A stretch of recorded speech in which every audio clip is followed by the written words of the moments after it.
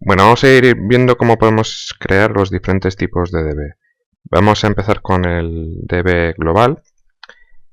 Para ello, en la pantalla de bloques, vamos a pinchar con el botón derecho y simplemente vamos a insertar un objeto que va a ser un bloque de datos. Como no tenemos ningún FB, ningún UDT, de momento solo vamos a poder elegir el DB global.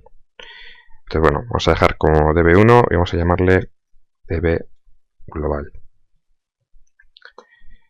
Y vamos a aprovechar este DB global para ver qué tipo de datos podemos insertar en un DB.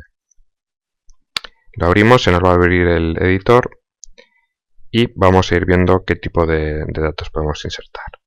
Por ejemplo, podemos insertar un entero, vamos a llamarle entero 1, que aquí ya está definido porque es el que viene como ejemplo. Podemos insertar también un tipo Word y cuando vamos a insertar el tipo, bien podemos insertar usando el botón derecho y seleccionando qué tipo queremos, o simplemente tecleando la palabra. Por ejemplo, si ponemos doble Word, pues nada, ponemos de Word,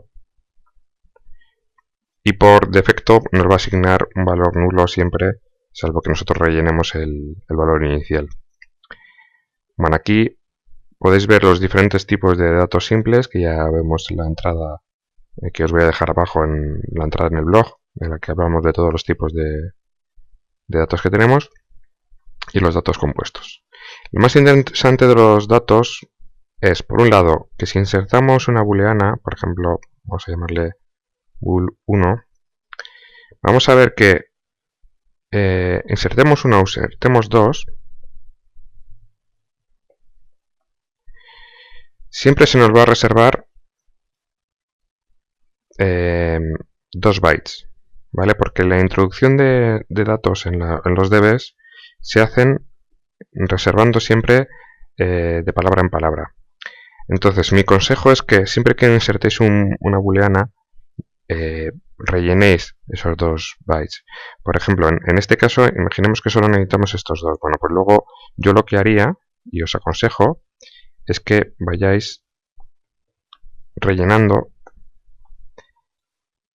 copiando y pegando, y vayáis hasta, en este caso hasta la 9.7, porque como podéis ver, no ha aumentado el tamaño del DB. Y es absurdo desaprovechar estas definiciones, porque si bien el dato o los datos están ahí, es decir, los espacios de los bits van a seguir estando en los DBs, pero no les vamos a poder asignar un nombre sin modificar la estructura del DB. Luego lo mejor es definirlo desde el principio y así lo vamos a tener siempre disponible.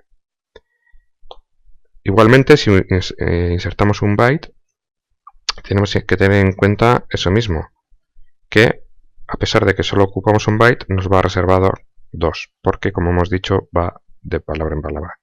Luego insertaríamos un segundo byte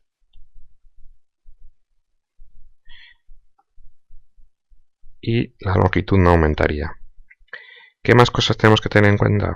Bueno, voy a borrar todo esto.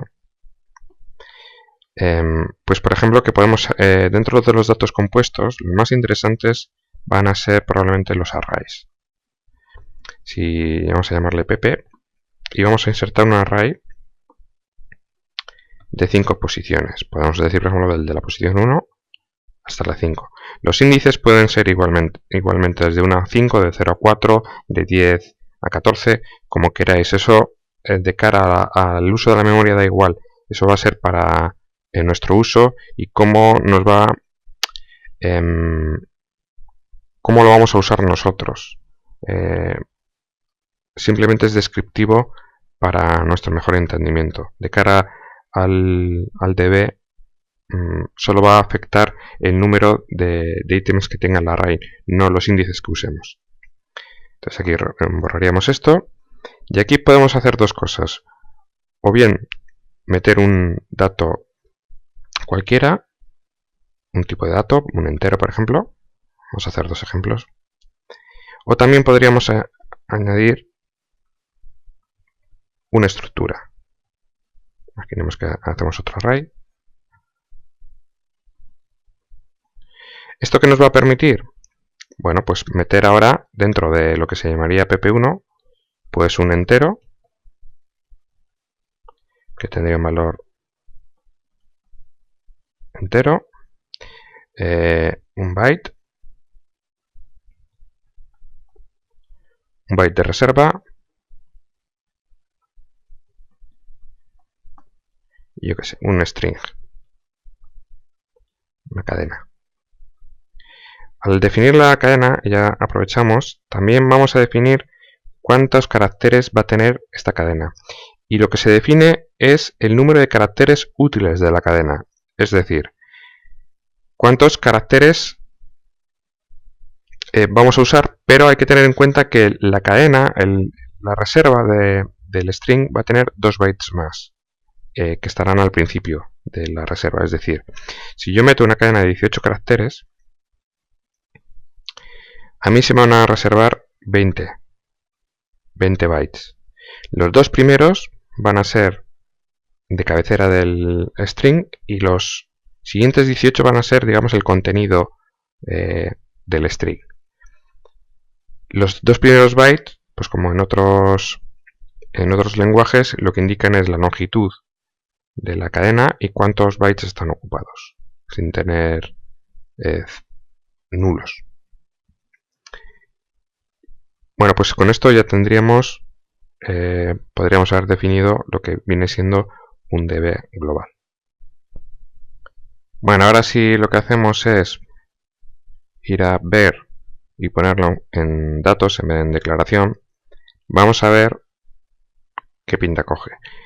Vais a ver que tenemos los datos simples, que eran el enter 1 y el word 1, y luego vamos a tener los arrays. Como podéis ver, en el primer array, como eran 5 posiciones de enteros, pues simplemente tendremos 5 enteros con su correspondiente índice. Y en el siguiente array, pues vamos a tener algo un poco diferente, ya que va a ser cada parte del array con un entero 1, con el byte 1, con el libre y con su cadena. El ítem 2 del array, como es una estructura, bueno, pues vas a tener byte, libre, cadena por cada uno de los índices. Imaginemos ahora que necesitamos varios DBs de forma que van a ser en principio globales, pero que tienen que ser iguales porque, por ejemplo, van a almacenar diferentes recetas de nuestro proceso.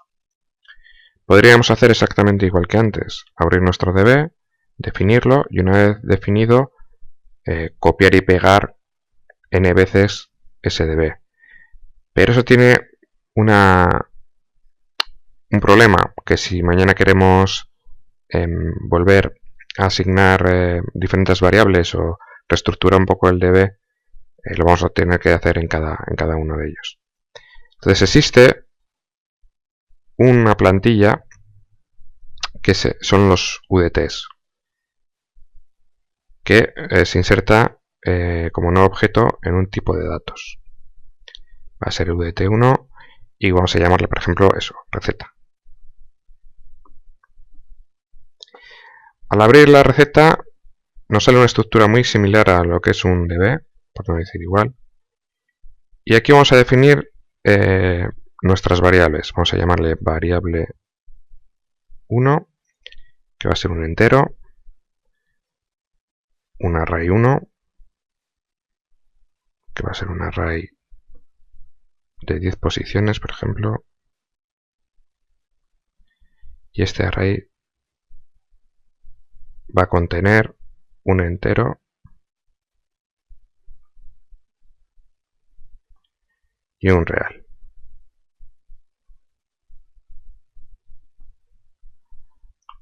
¿De acuerdo? Entonces guardamos. Y ahora, si vamos al general, a la hora de insertar un nuevo objeto, veíamos que al inicio del tutorial, al insertar un bloque de datos, solo podemos seleccionar DB global. Ahora también vamos a poder seleccionar un DB de tipo. Si seleccionamos esto, como solo tenemos un UDT, pues tendremos el UDT1. En caso de que tuviéramos 10, pues bueno, nos aparecerían aquí 10. Y le vamos a llamar receta 1.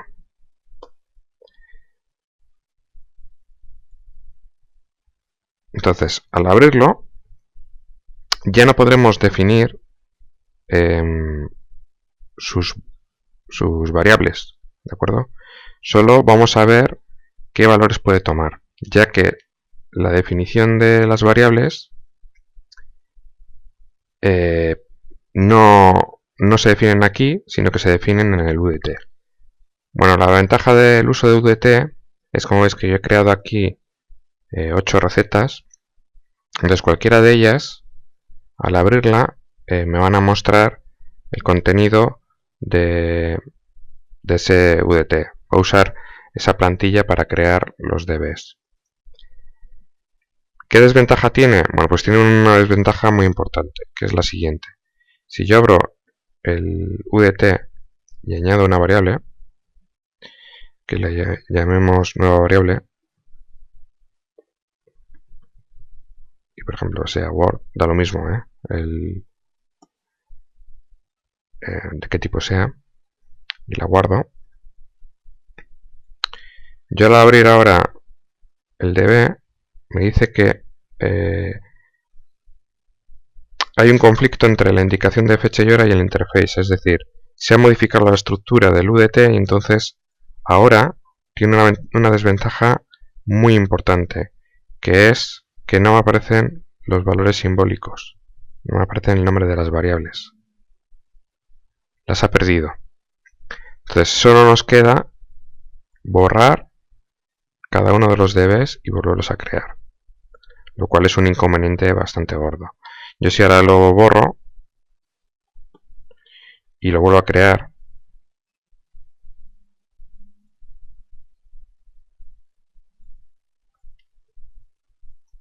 solventaría el problema, porque lo abriría y tendría todas las variables con la nueva variable. Pero claro, si en vez de tener 8 tengo 30, pues empieza a complicarse un poco el tema, además de que luego hay que cargarlas al PLC, etcétera. Entonces, por un lado yo lo que haría sería lo siguiente. A la hora de usar esto siempre procurad dejar espacio libre, de tal forma que luego lo único que vais a hacer es ir asignando nombre de variables. Como hemos visto, al asignar nombre de variables no hay ningún problema. Y si eso no es posible, otra forma de solventarlo es crear un DB que en vez de ser de tipo va a ser global. Y al abrirlo vamos a insertar un tipo que se llama UDT.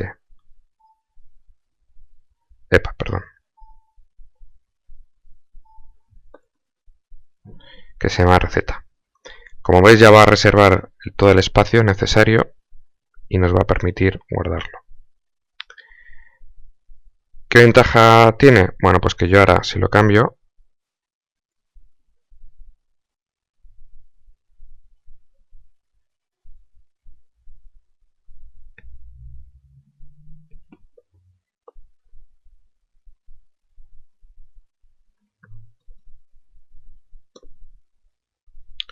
voy a guardar.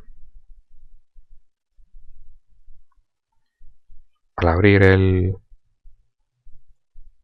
UDT voy a poder...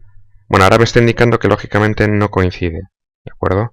Pero no voy a tener que borrarlo, simplemente voy a ir a archivo y le voy a dar a comprobar y actualizar. Entonces, como podéis ver, ya me he actualizado el DB y ha aumentado de 64 a 68 bytes. ¿Qué desventaja tiene esto? Bueno, pues que no se ve, en la declaración no se ve el contenido en este caso el UDT. Para poderlo ver tenéis que ir a ver e ir a datos, que entonces sí podéis ver qué datos tiene la plantilla del UDT. Bueno, vamos a ver ahora los dbs de instancia. Para eso vamos a crear un FB, que es un bloque de función. Y vamos a abrirlo. La mejor forma de crear los dbs de instancia no es creando un db, decirle que es de instancia y crearlo, sino al final lo mejor es el db de instancia va a ser usado por un FB y va a ser sobre las variables estáticas que tengamos en ese FB. Luego lo mejor es simplemente ir añadiendo las variables que necesitemos en nuestro db de instancia. Iríamos añadiéndolas.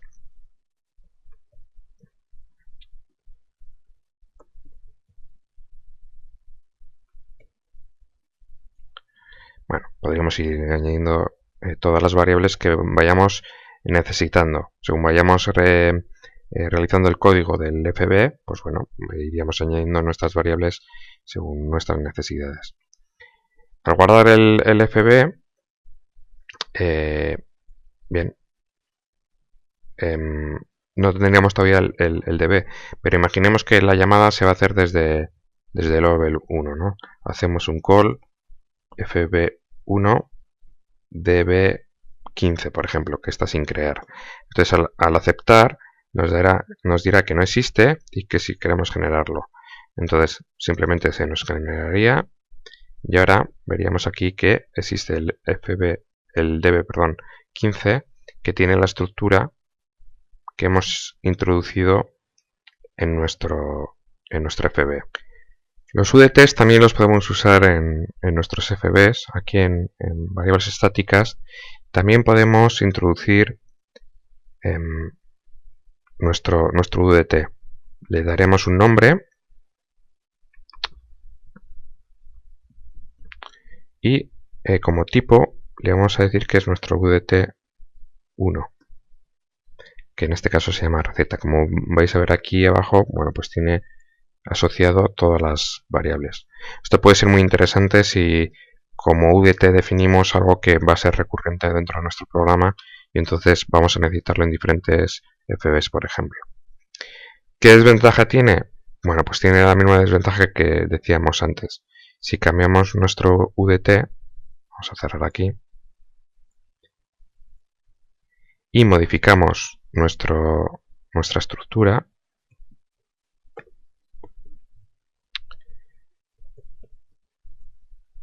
nos va a modificar también cuando vayamos a abrir nuestro FB, nos va a decir que no hay coherencia, con lo cual ahora